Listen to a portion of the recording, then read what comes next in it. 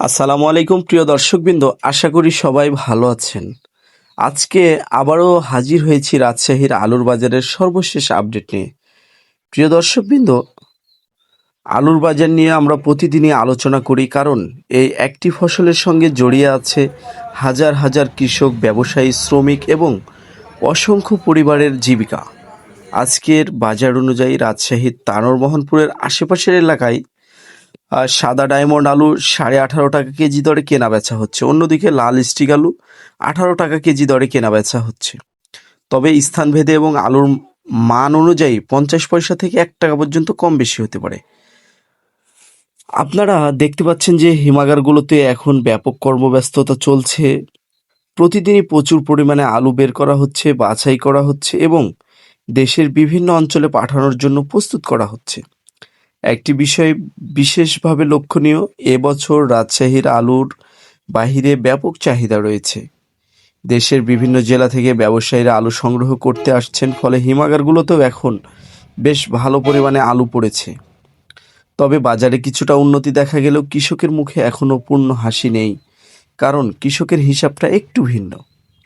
একজন কৃষক যখন আলু উৎপাদন করেন তখন তাকে বীজ, সার, কীটনাশক, সেচ, শ্রমিক, জমি প্রস্তুতকরণ সহ নানা খাতে খরচ করতে হয় দফায় দফায়। এরপর যদি আলু হিমাগারে সংরক্ষণ করা হয় তাহলে যোগ হয় হিমাগার ভাড়া, বস্তা খরচ, লেবার খরচ, সেট খরচ, পরিবহন খরচ ইত্যাদি ইত্যাদি। সব মিলিয়ে অনেক কৃষকের দাবি তাদের উৎপাদন ও সংরক্ষণ খরচ 23 থেকে 24 টাকারও বেশি হয়েছে।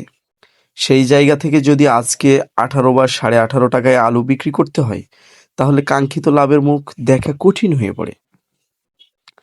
তবে সুসংবাদের বিষয় হলো, গত কয়েকদিন ধরে বাজারে ধীরে ধীরে ইতিবাচক পরিবর্তন দেখা যাচ্ছে। লাল আলুর বাজারও কিছুটা শক্তিশালী হয়েছে এবং চাহিদাও বেড়েছে। দেশের বিভিন্ন অঞ্চলে চাহিদা বাড়ছে এবং মোকামগুলোতেও কেনা বেচা সচল রয়েছে। এখন দেখার বিষয় আগামী কয়েক সপ্তাহে এই চাহিদা আরও বৃদ্ধি পায় কিনা। যদি বাইরের জেলাগুলোতে রাজশাহীর আলুর চাহিদা অব্যাহত থাকে এবং বাজারে অতিরিক্ত চাপ সৃষ্টি না হয় তাহলে বাজার আরও কিছুটা ইতিবাচক পরিবর্তন দেখা যেতে পারে বলে অনেকেই আশা করছেন। সর্বশেষ বলবো, বাজারের এই অবস্থায় কৃষকের প্রত্যাশা একটাই, তার পরিশ্রমের ন্যায্য মূল্য নিশ্চিত হোক।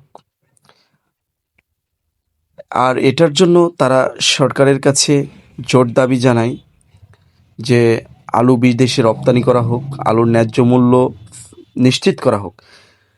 হ্যাঁ, আপনাদের এলাকায় আজ আলুর বাজার কত? আর আপনার মতে আলুর বাজার কি 20 টাকার ঘরে পেরিয়ে আরও উপরে যেতে পারবে? মন্তব্যে অবশ্যই আপনার মতামত জানাবেন। ধন্যবাদ সবাইকে। সবাই ভালো থাকবেন।